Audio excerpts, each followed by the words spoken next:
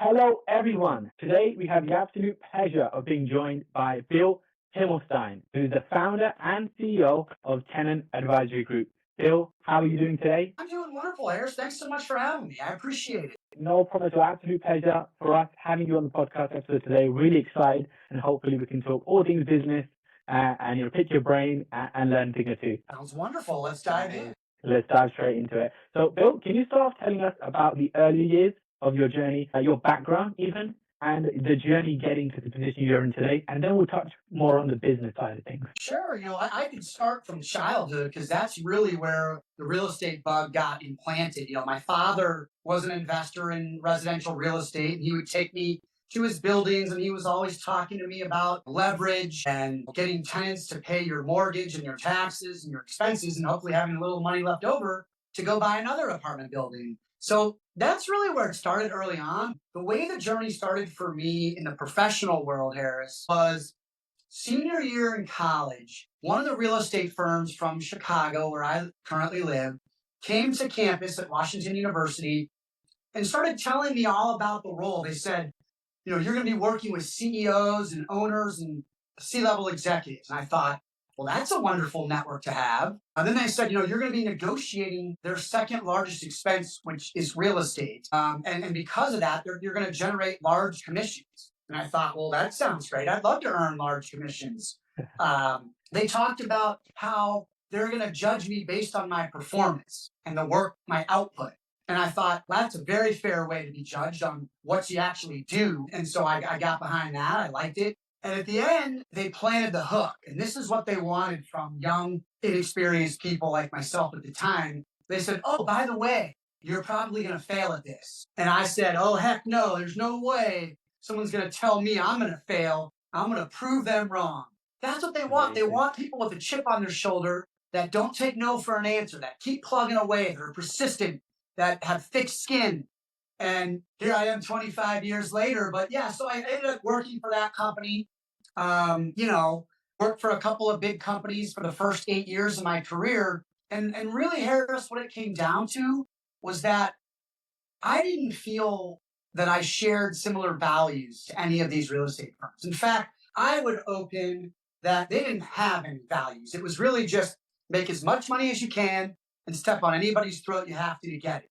Well, I want to make money, but I don't want to do it at other people's expense. I want to do it with other people. I want to uplift those around me. I want to rise to a level of success along with others. Amazing. And so that's when I started my own business, Tenant Advisory Group, about 17 years ago, because I wanted to have a firm based upon my set of values that I could bring in others that shared similar values, and we could essentially build a business around that set of values. And fast forward 17 years, all of our clients, all of my team members, it's nice to be surrounded by people that have a similar mindset, which is supporting others, support your community. It's not all about the profit. Yes, we're trying to make money. We're trying to support our families. But I'm not out there trying to be the next C.B. Richard Ellis or Jones Lang LaSalle. I want to be me. I want to be my company where I can provide an exceptional client experience for every one of my clients. Amazing.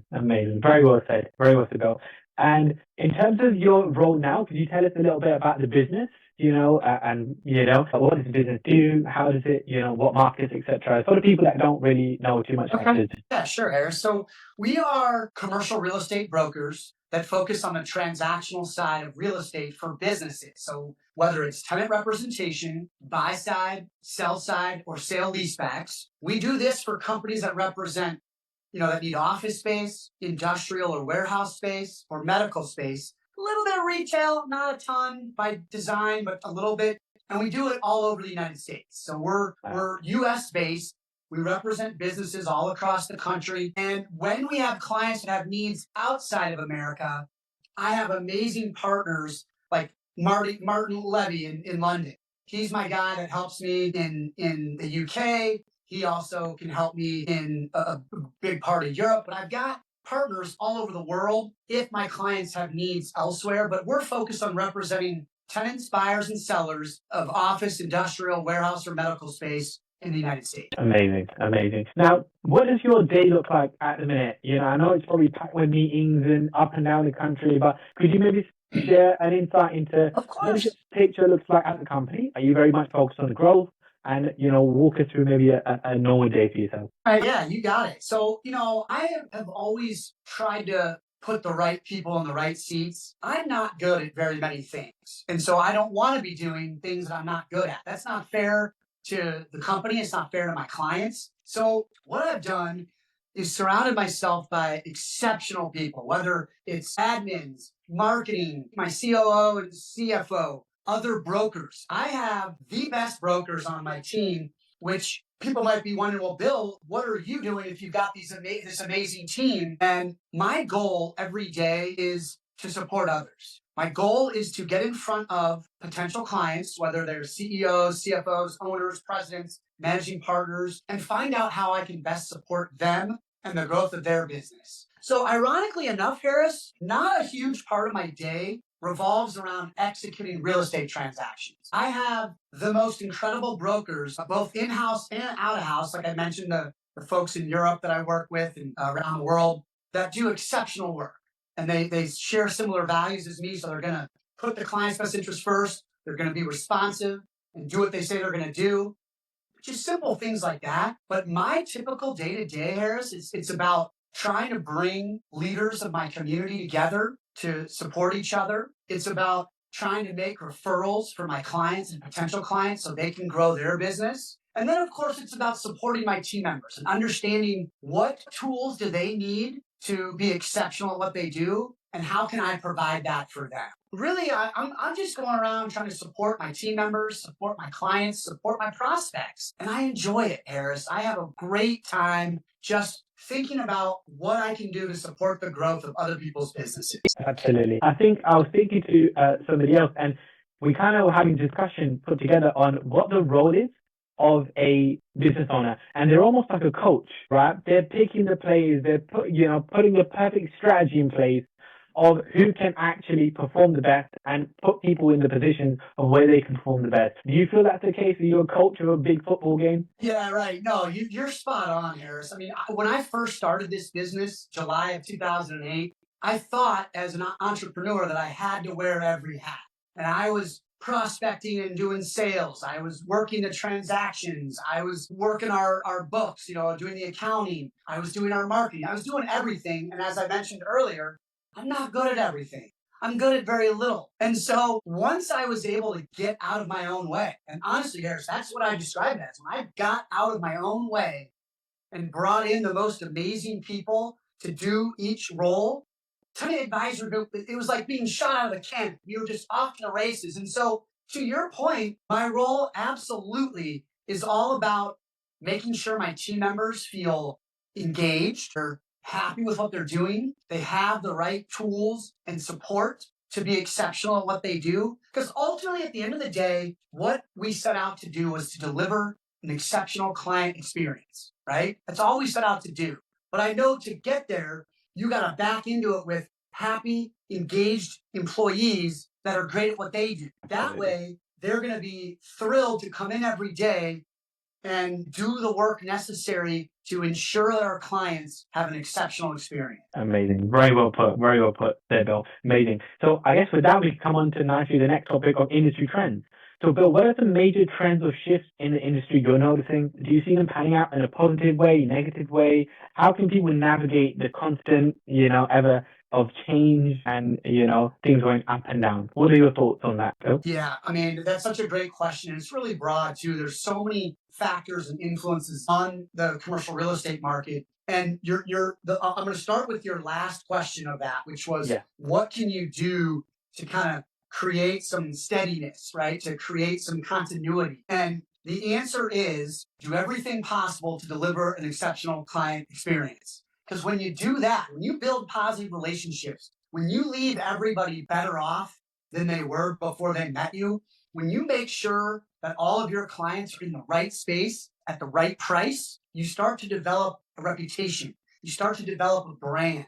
You start to have these relationships that become really sticky. And as time goes on, regardless of all the noise, of all the factors, whether it's tariffs, interest rates, reshoring, whatever it might be, and I can certainly touch on all of those, the fact that we've built incredibly strong and deep relationships over a long period of time, that's what helps keep the tenant advisory group ship on a steady path to growth. Sometimes we're going faster, sometimes we're going slower. Depends on those outside factors, right? But at the end of the day, when we focus our efforts on doing the right thing, being honest, doing what we say we're going to do, putting our clients' best interests first, all simple things. I didn't reinvent the wheels with these values. We just practice them day in and day out.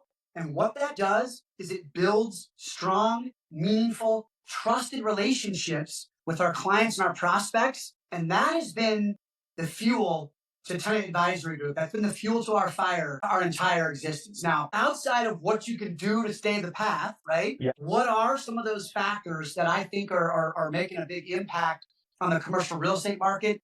I mean, the number one biggest factor, in my opinion, are interest rates. Yeah. And the lower that interest rates go, the more activity and volume you see, because lower the interest rates means lower debt service for owners of properties. And when they have lower debt service, that means more of their income can go towards positive income, right? Net operating income. So when you have a higher net operating income, the value of their building goes up. So then they can trade the building, sell for higher valuations. Right now, it's hard for me to comment on the interest rate environment. You know, you listen to Jerome Powell here in America. He's our Fed chair, a Federal Reserve chairman. He controls the interest rates. And the main things that he's looking at are inflation and jobs. One of the big influences on inflation today is going to be tariffs. If the leader of our country goes through with his proposed tariffs, that's going to cause dramatic inflation. I think not just here, but all over the world.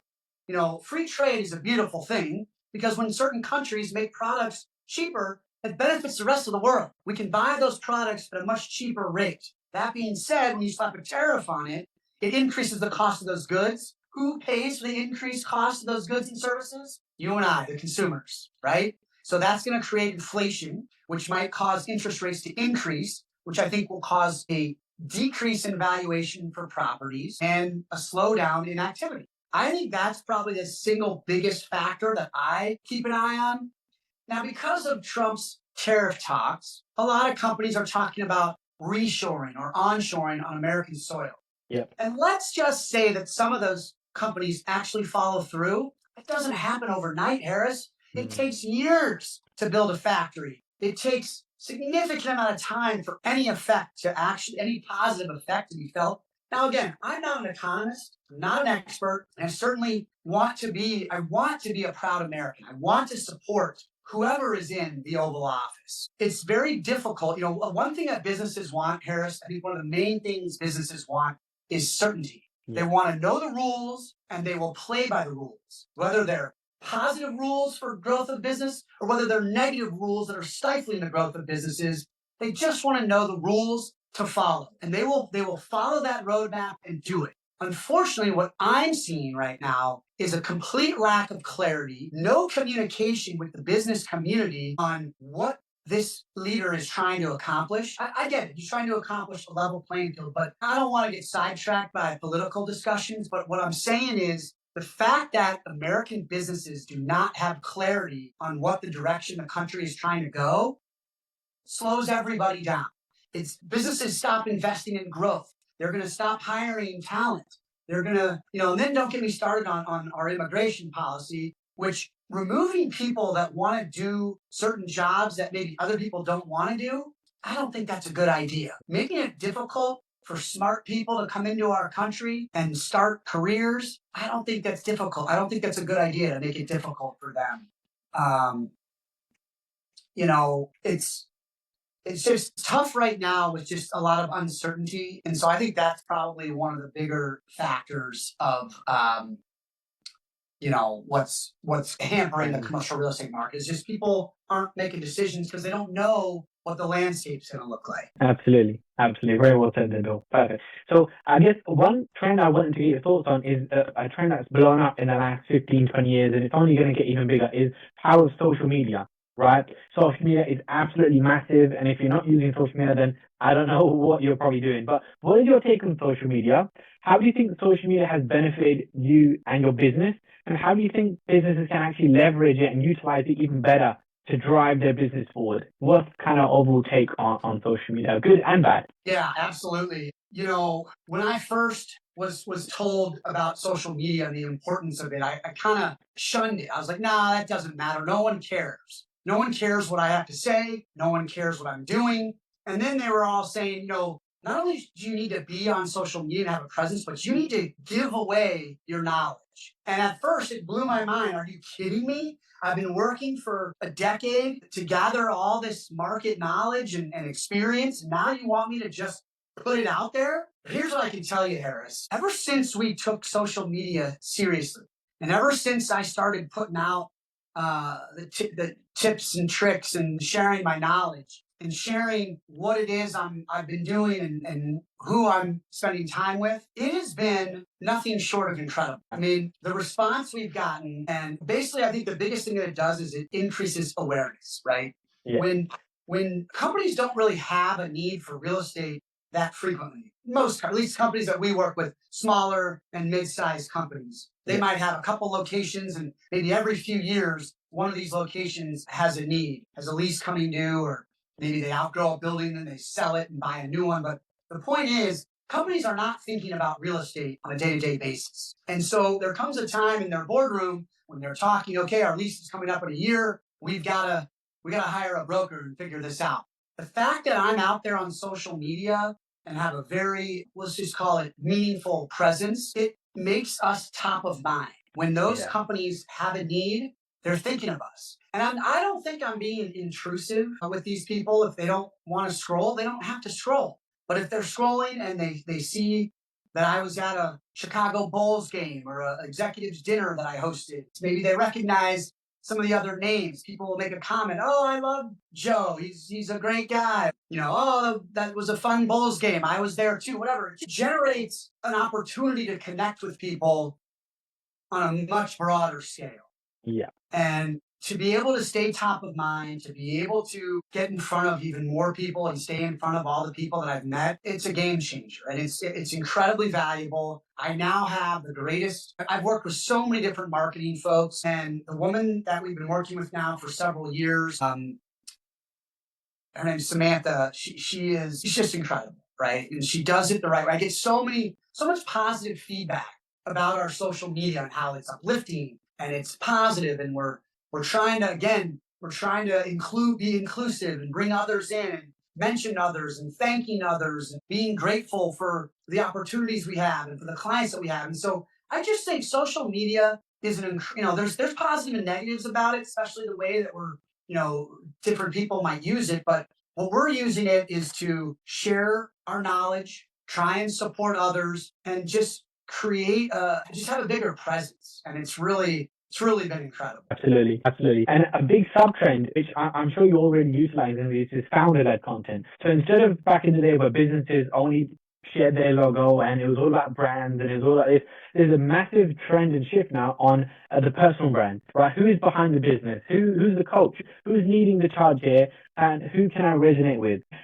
That's a massive trend now. All across social media, you're seeing founders, you're seeing the people providing that value, showcasing like that this is me, this is what I do. Is that something you've already started to experiment with? Is that kind of in the nature of the marketing? Is that perhaps on the plan? And what benefits do you think that brings when dealing with potential prospects? Do they already know you before you even say hello? Does it build that trust? What are your thoughts, Bill? Yeah, I mean, that's a terrific question. At first, I was really pushing back on making it be about my brand and my personal, brokerage experience, because I wanted it to be Tenant advisory group and team led.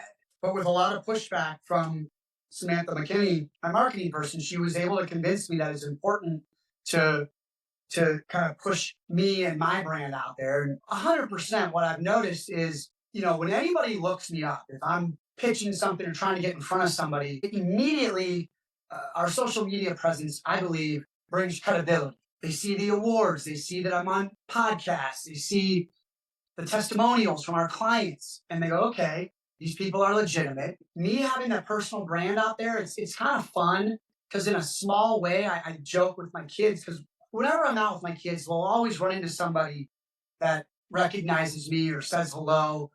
And they go, Dad, "Are you famous?" I said, "No, boys, I'm only famous in the small and medium-sized business community. That's it. Those people know me because of our social media. But I will admit, it's really fun to get stopped on a daily basis wherever I go. Oh, hey, Bill, how are you?" Half the time I don't recognize them immediately, but through a conversation, I can ask certain questions that helps me. I will generally, by the end of the conversation, know who I'm talking to. But it's a lot of fun to be recognized. It's a lot of fun to have people come up to me and thank me for a referral I've given them, for some help I've provided them. A lot of executives in transition find their next opportunities, and they'll come up and be so grateful for me taking time to support them. Private equity owners will come up to me and thank me for sending them an opportunity to invest in a business that's now a very successful investment for them. But I was certainly hesitant at first to have my face be out there, but I've grown to enjoy it and welcome people saying hello. It just makes a big city like Chicago feel a lot smaller. Amazing. I guess on the flip side, what are some problems or challenges you're perhaps having with social media? Is there something perhaps holding you back? Do you feel that, right, this is the next step? Or do you think you've kind of hit the nail on the head when it comes to social media? Yeah, that's a really fair question, Harris. I mean, we just surpassed 8,000 followers on LinkedIn, which I was really proud of. We just got nominated or selected as a finalist for the third year in a row by the Illinois Real Estate Journal as Brokerage Firm of the Year and myself Congrats. as Broker of the Year. Incredibly proud of that. One of our local business journals, Crain's, just selected me as what did they call it? Not a notable leader in real estate, but something along a notable leader like that. And so the recognition is all well and good. I haven't seen a negative from social media. I'm really trying to rack my brain and think like, what's the downs? For me, the downside has been kind of getting sucked into the scroll, Yeah. right? Sometimes Yeah. it's taking time away from me when I could be doing more work, Absolutely. being with my family, and so that's probably my one negative. I would say and that's on me, right? I need to have better willpower to stop scrolling, put the phone down, and do something that's a little more productive. But as far as how we have experienced it and used it, I don't really see the negatives yet. And maybe I'm not looking hard enough, but there's nothing that I have to say, because I've hired others to really control that our output on social media. So it's not like it's a time suck for me on the business side. So yeah, but I think the biggest negative for me personally would be don't get sucked into the scroll and just have some more willpower and strength to just put it down and go into IRL, right? Be in real life. Yeah, keeping your eyes on the game, keeping your eyes on the prize. Coming on to the next topic is very much business side of things, Bill. So what are some areas of the business going really well, strength to strength, and they're improving day in, day out? Could be operations, could be sales, any sort of that. And what are some areas in the business that you're perhaps having some challenging? Yeah, no, that's fair. So I think one area that's going really well is our industrial and warehouse presence, both on the buy and sell side, as well as sale leasebacks. Those have been terrific transactions for us. We've worked with some amazing clients and helping their businesses sell properties that aren't, um, aren't as productive for them or aren't as necessary, and buying buildings that are going to be better for their business, better for their growth. We've been working with both some private equity firms as well as some businesses that may be struggling financially with sale leasebacks. Those have been really interesting and successful transactions for us and for our clients, of course. I think the struggle side, it's interesting. Maybe now I'm going to see a negative in the social media. I'm finding it a little difficult, like when I'm trying to get in front of somebody or when I get an introduction to somebody, everyone's got so much noise coming into their inbox and they've got so much on the social media side that it's possible that some of the amazing things that we're doing are just getting overshadowed by the noise. And so, I just sent this giant list to my marketing person of people we've been introduced to that have never met with us. Okay. So now what we're going to do is start liking and commenting on their social media posts. I call this kind of like a an end around, like a backdoor entrance into getting visibility. If we start making terrific comments on some of their posts and helping bring them some more visibility, then I think they might be a little bit more amenable to meeting with me and having a conversation with me. I mean, I've already seen it happening, but I think it's that there's people, actually C-level executives, owners, CEOs, they're getting bombarded from all directions with people wanting to meet them and wanting to sell them something and wanting to get together with them, that I think sometimes our content or our reach out attempts are just kind of falling by the wayside because there's so much coming at it. So that would probably be what I would say is my biggest challenge. Is I don't have a tough time getting the introduction to whomever it is I'm trying to get in front of. It's about getting those people to respond. Once they set an appointment, here's a statistic I'll give you, that when I'm introduced to somebody when they have a need, meaning everybody's reaching out to them and calling them and trying to get hired by them to be their broker, we will get hired approximately 20% of the time when there's a need. When we get introduced well in advance of a need, before they're even starting to think about their real estate, when we get introduced and the person meets with us. So when we meet somebody, our probability of getting hired by them on a commercial real estate transaction goes up to nearly 70%. We're talking 50% difference from 20% when we're introduced right when there's a need to 70% when we have a chance to build a relationship, build trust, bring them value, bring them to an event that I'm hosting, refer them some new business, refer them to a service provider that can help them solve another challenge in their business. Our odds of getting hired shoot up to close to 70%. So that's really the biggest challenge for me, is getting the attention of the people that I know we can do great work for, that we can bring them value. It's just trying to cut through all the noise and all the people that are trying to get after, get in front of them. So that's probably our biggest challenge. Very well said. Now, just coming on to the last topic here, Bill, is the future, right? What does the future look like for yourself? Is there some big goals in the vision board? Is it metric-based? Is it impact-based? What does the next 6 to 12 months look like for yourself and the company? Yeah, the goal from day one to this day has always been to deliver an exceptional client experience to all of our clients, even to our prospects, to ensure that we're bringing them value. And everything that I do revolves around that. And it starts with our team members internally, making sure they have the systems, tools, and processes in place to deliver that exceptional experience. And so over the next 6 to 12 months, I think for me, it's about the right partners in each segment of business. I don't need 300 attorneys. I need a handful of attorneys, a real estate attorney, a labor and employment attorney, different types of attorneys. I really need kind of one in each area. Same thing with an insurance broker, HR providers, bankers, any of these ancillary services that my clients are going to need. It could be contractors, furniture vendors, architects, really getting a handle on who my top partners are going to be. And it's not just people that can do good work. It's about people that are also supporting us and referring us to opportunities. And so finding those folks has really been a top priority for me. Providing my team members with the right structure, tools, and processes to do what they need to do to be the best they can. Finding a couple of new team members as we continue to grow and take on more and more opportunities. Our team probably will need to grow over the next 6 to 12 months. So finding the right talent to onboard. And then, to be perfectly frank, Harris, I'm having so much fun. I want to continue to love what I'm doing, to love the clients that I have, the prospects that I have. I mean, I'm very grateful that I've surrounded myself with amazing people. And I want that joy and pleasure that I take out of doing what I do to continue. Very well said. Very well said. And Bill, if we can finish up on the biggest piece of advice that you perhaps learned the hard way, or something you wish you knew when you started your journey, which could have changed the course of your career, which perhaps somebody listening really needs to hear, or could change their life. Yeah, absolutely. And I've got a couple of good things, but I think if I had to pick one thing to stress to people, it's pay it forward.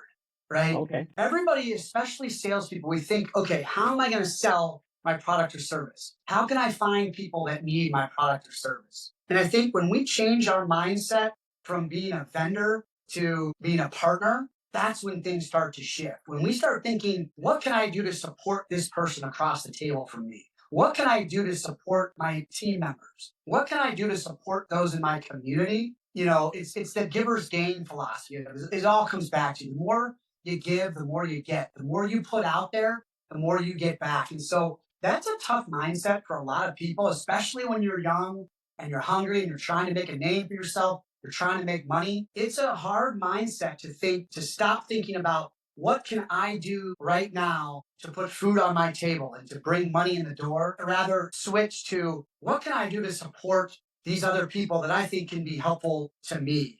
And then if I could throw one other just quick thing in there, I would say treat your time as if it's incredibly valuable. Meaning, don't meet with people that you don't believe can advance your career, that can be meaningful to have in your network. Don't waste time at networking events where there's not going to be the people that are going to help you advance your career and grow your book of business. So treat your time as if it's incredibly valuable. Be selective on who you meet with. Be selective on who you're trying to get in front of.